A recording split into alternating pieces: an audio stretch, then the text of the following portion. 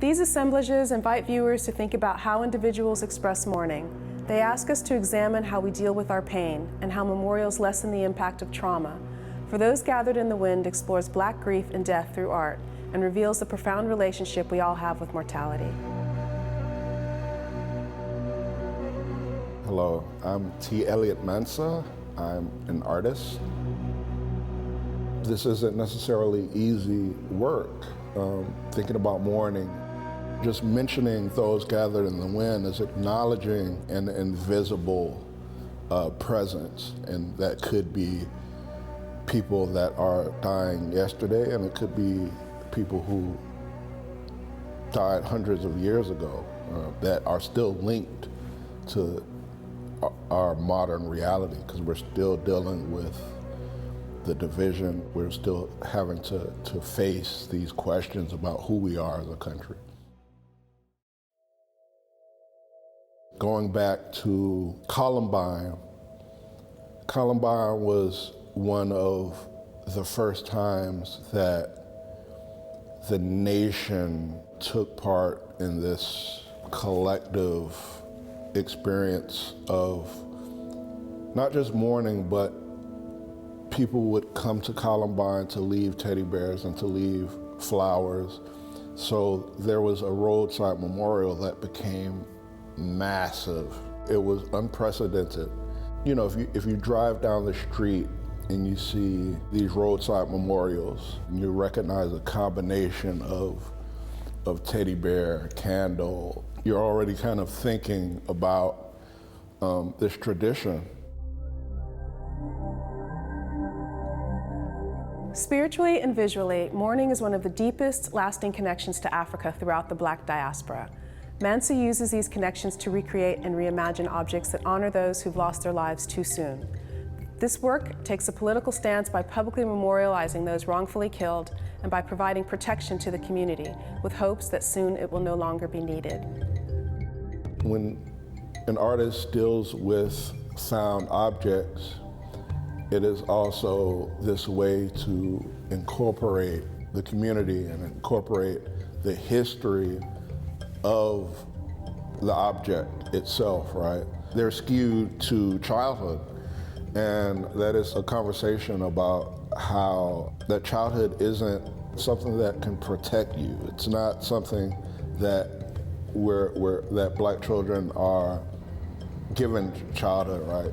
Because we see with the shootings of Tamir Rice, who was playing in the park and was killed within seconds.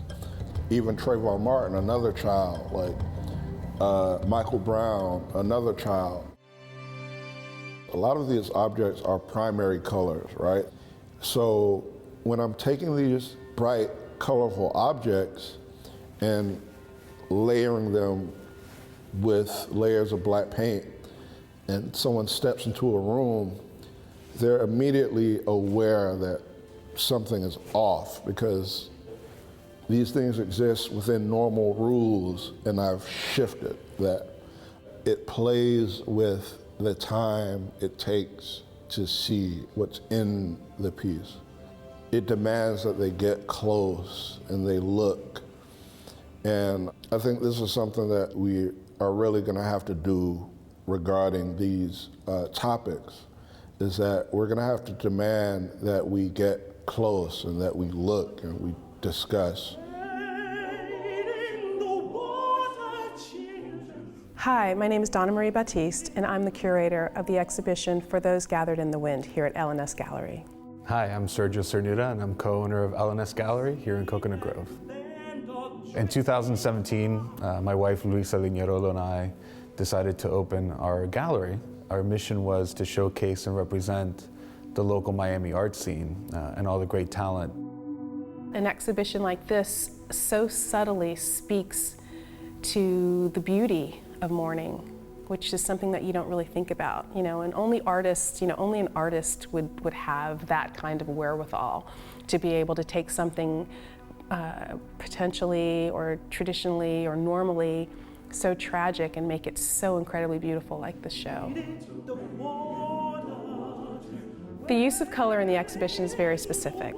T. Eliot references Africa in all of his work and how those memories of Africa traveled through the transatlantic slave trade.